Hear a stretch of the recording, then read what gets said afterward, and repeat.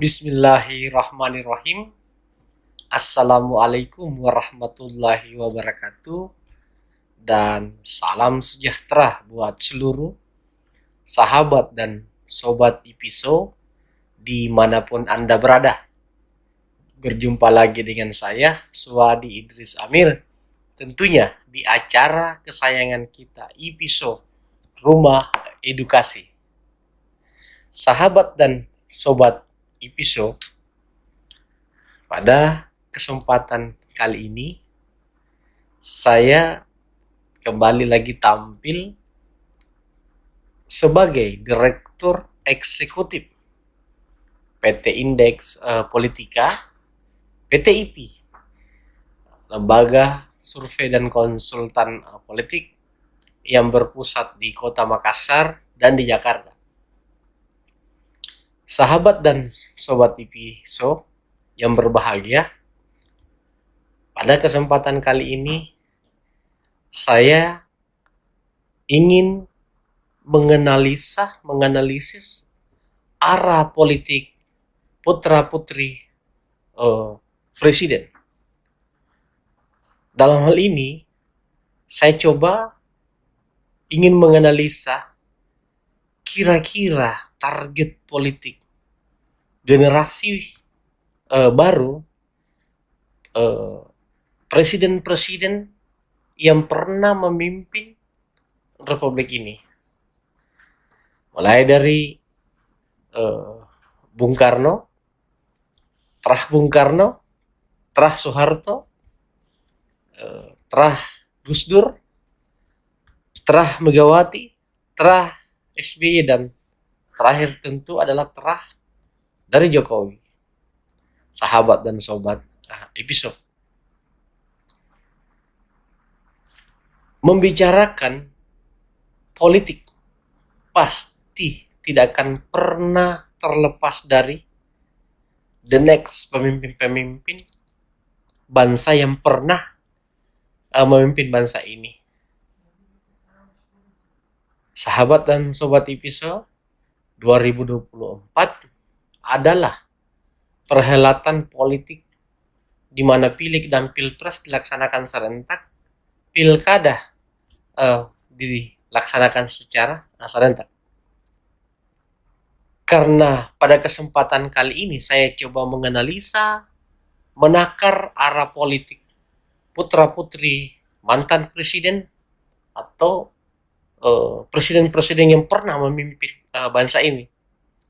Saya coba menganalisa arah gerakan dari terah Bung Karno. Kalau saya memantau pergerakan politik hingga hari ini, terah Bung Karno sampai hari ini itu telah sampai pada generasi Puan Maharani dan Prananda Prabowo. Artinya, berbicara terah Bung Karno berarti berbicara terah Megawati. Kalau dilihat dari situasi politik saat ini, terah Bung Karno, terah Megawati, itu ada ruang bertarung di level pertarungan presiden, baik dalam kapasitas sebagai calon presiden maupun calon wakil presiden. Posisi partai PDIP yang begitu kuat, pemenang pemilu, dan ketua koalisi di pemerintahan Jokowi membuat PDIP bisa memilih target politiknya untuk terah Bung Karno. Apakah PDIP memaksakan terah Bung Karno maju sebagai bakal calon presiden? Itu bisa. Itu sangat memungkinkan. Kenapa? Karena PDIP bisa mengusung tanpa berkoalisi. Artinya mereka bisa berjudi dengan mendorong apakah itu Ibu Puan Maharani atau Bapak Prananda Prabowo. Kalau misalnya Terah Bung Karno ini menjadi sebuah harga mati untuk dimunculkan di perhelatan Pilpres 2024, maka analisis saya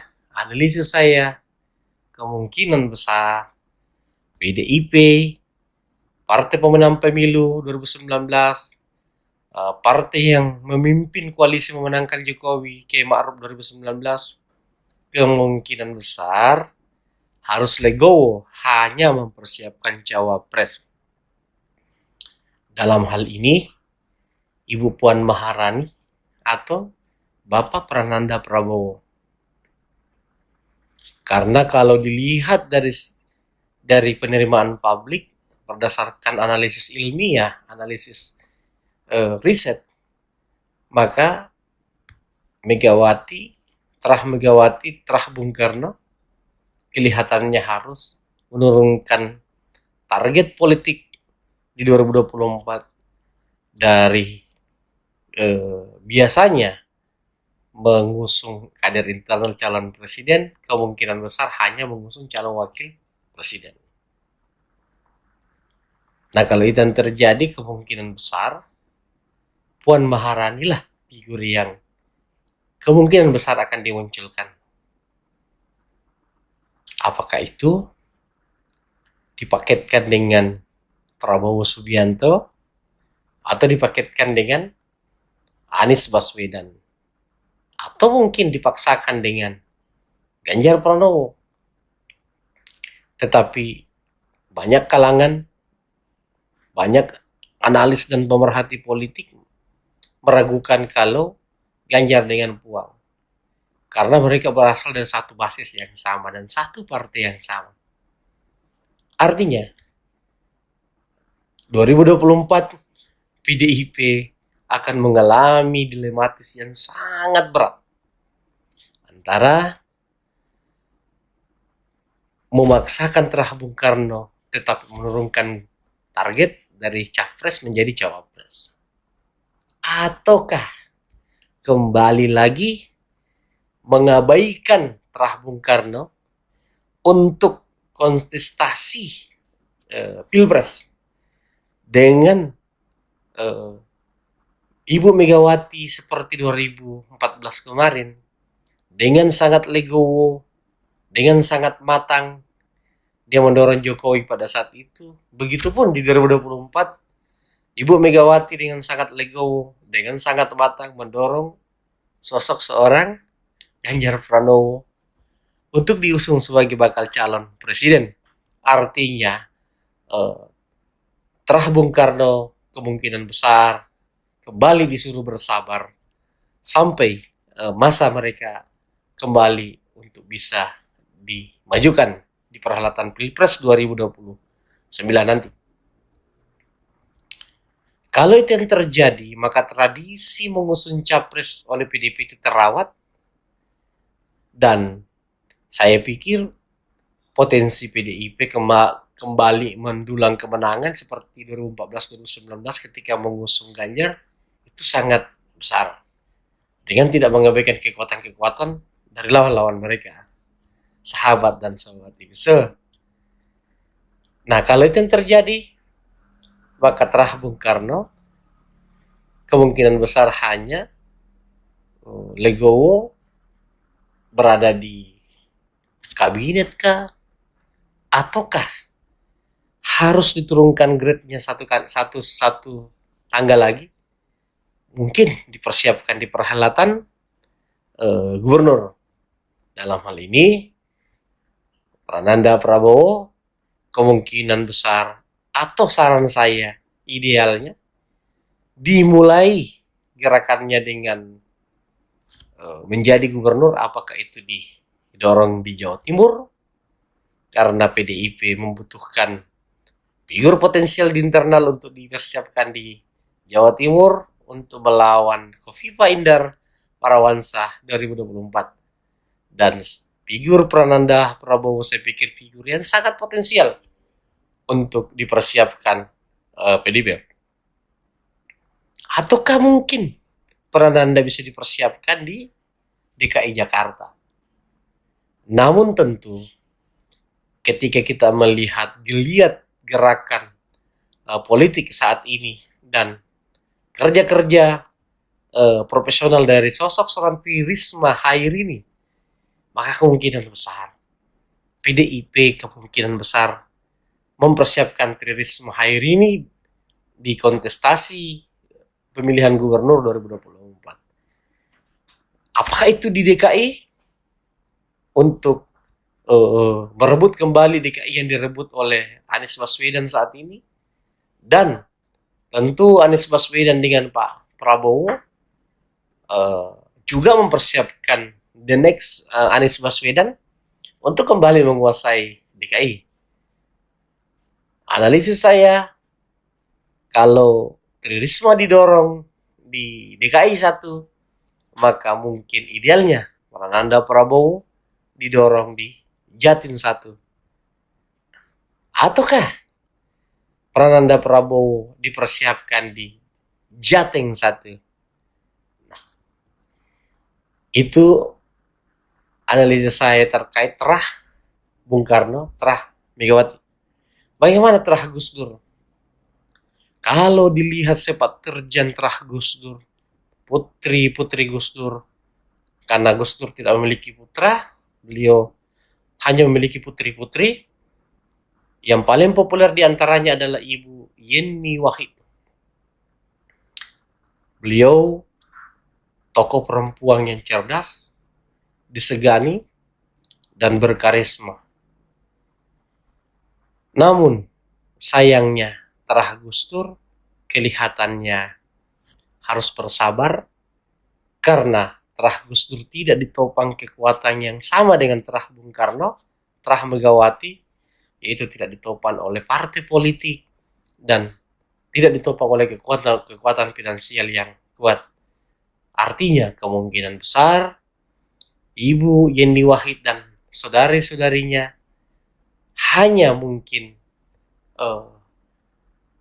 menunggu nasib, menunggu berkah untuk bisa tampil dalam kapasitas sebagai calon wakil kah?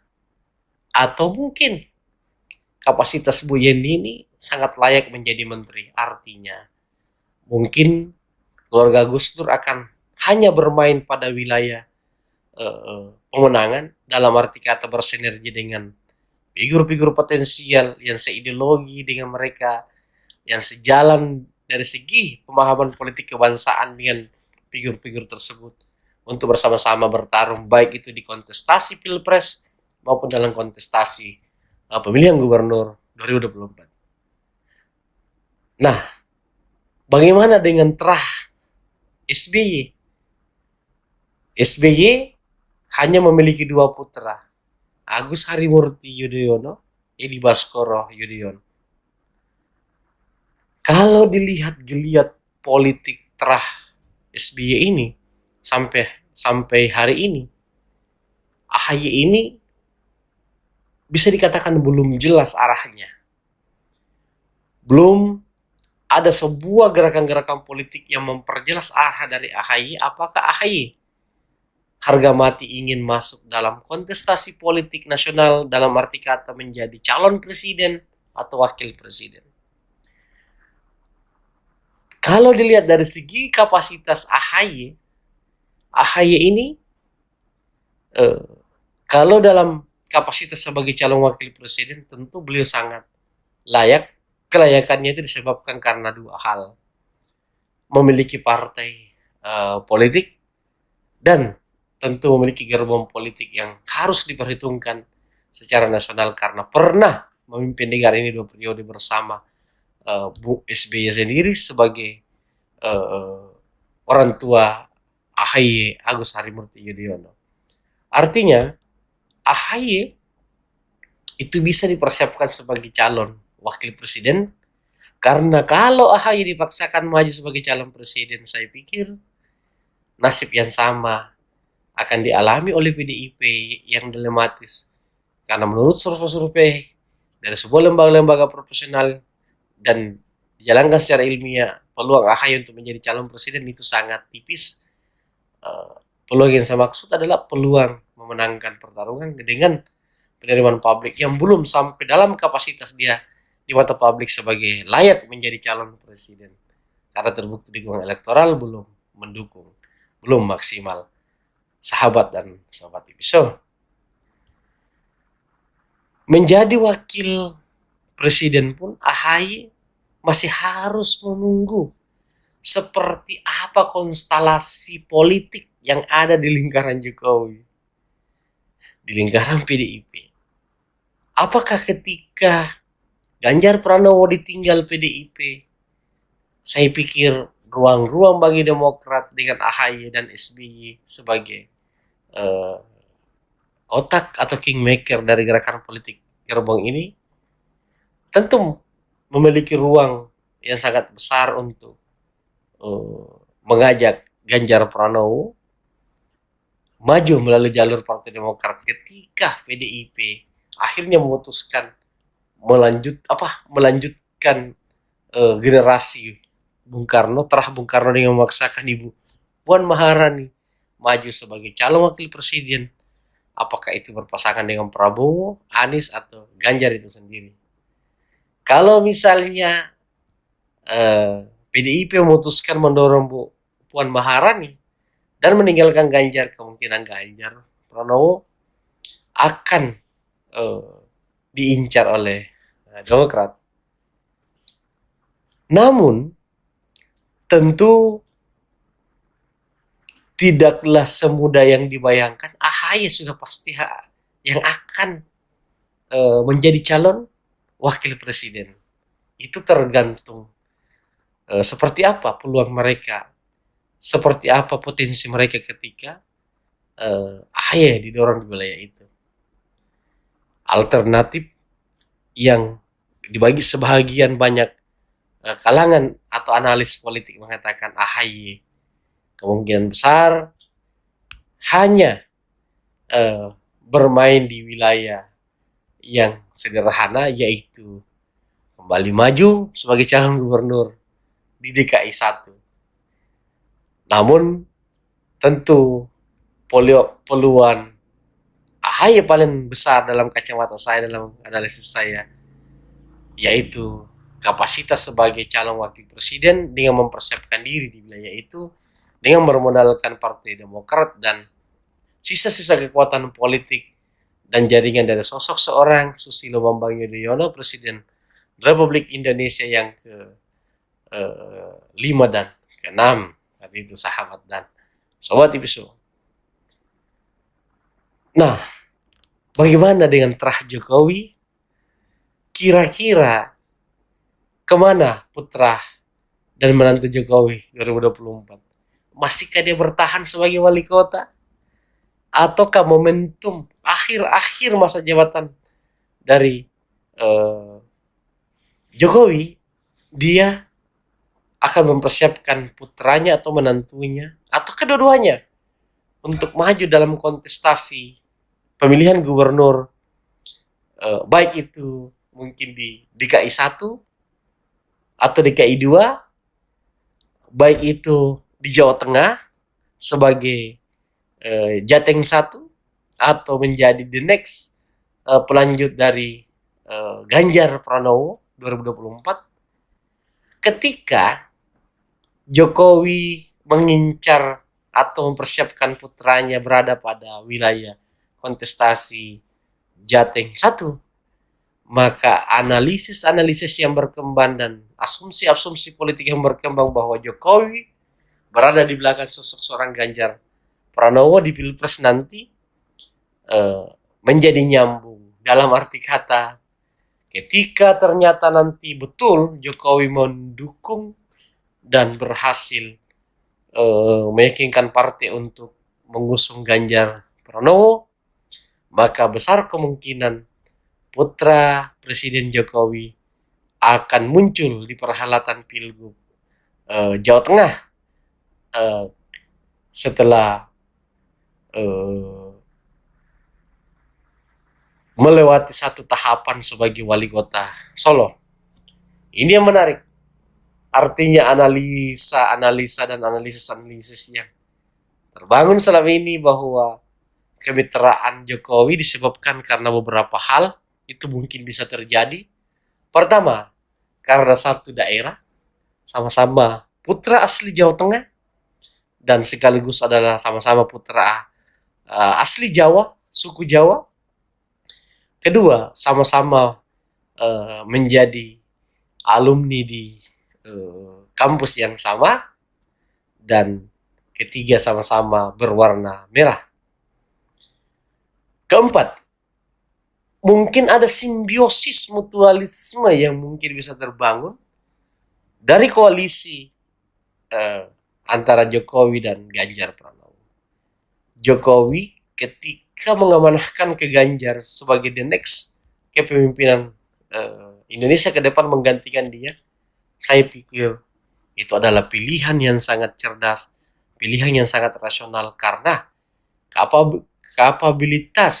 kapasitas seorang Ganjar Pranowo sangat layak menjadi generasi pelanjut dari Bapak Joko Widodo di 2024. Dan ketika itu terwujud, maka besar kemungkinan Gibran Raka putra Presiden Jokowi yang juga wali kota Solo akan dipersiapkan menuju Jateng 1 di perhelatan Pilgub 2024. Dan menantu Pak Jokowi kemungkinan besar akan dipersiapkan di Sumut 1 atau di Sumut 2, dalam arti kata potensi dilirik di perhelatan Pilgub itu sangat besar oleh partai-partai besar, sahabat dan sobat IPISO. Nah, itulah tadi analisis saya dalam membedah figur-figur generasi berikut dari mantan presiden-presiden yang pernah memimpin Republik ini. Sahabat dan sobat IPISO, dimanapun Anda berada, saya ingin mengatakan begini, bahwa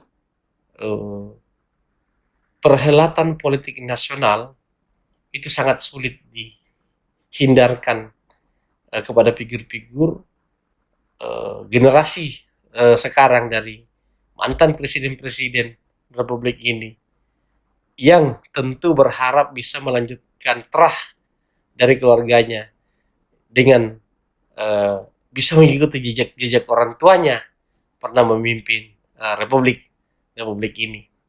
Sahabat dan sobat IPISO dimanapun Anda berada, pilkada gubernur di DKI ini kemungkinan sangat seksi ketika Sandiaga Uno itu dipersiapkan oleh Gerindra untuk menjadi the next Anies Baswedan, karena untuk bisa melawan sosok seperti Tri Risma Hairini, bisa melawan sosok seperti Prananda Prabowo, dibutuhkan figur sekelas Sandiaga Uno untuk bisa membuat perhelatan Pilgub DKI menjadi berimbang, dinamis. Karena perhelatan Pilgub DKI kemungkinan masih menjadi pertarungan antara kubu Prabowo dan kubu Megawati di DKI 1.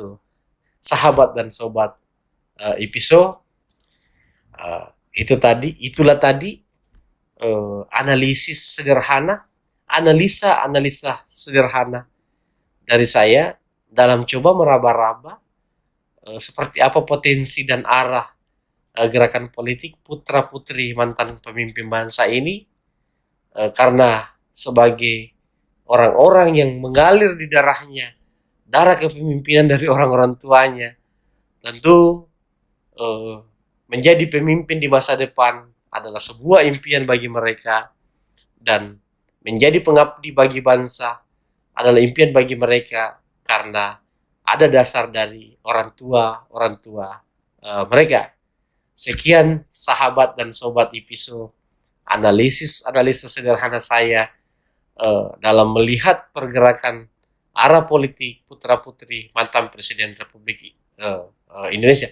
Akhir kata dari saya, Swadi Idris Amir, Direktur Eksekutif PT Indeks Politika Indonesia, PT IP, yang berpusat di Makassar dan di Jakarta, mengucapkan banyak terima kasih kepada sahabat dan sobat IPSO yang senantiasa setia mengikuti diskusi-diskusi di channel IPSO Rumah Edukasi. Sampai jumpa pada analisis-analisis yang lain dan analisa-analisa politik yang lain sesuai dengan kondisi dan apalagi sesuai dengan kondisi dan keadaan, sesuai dengan situasi perpolitikan yang terjadi ke depan. Akhir kata, saya mengucapkan banyak terima kasih. Assalamualaikum warahmatullahi wabarakatuh. Dan salam sejahtera untuk seluruh sahabat dan sobat episode.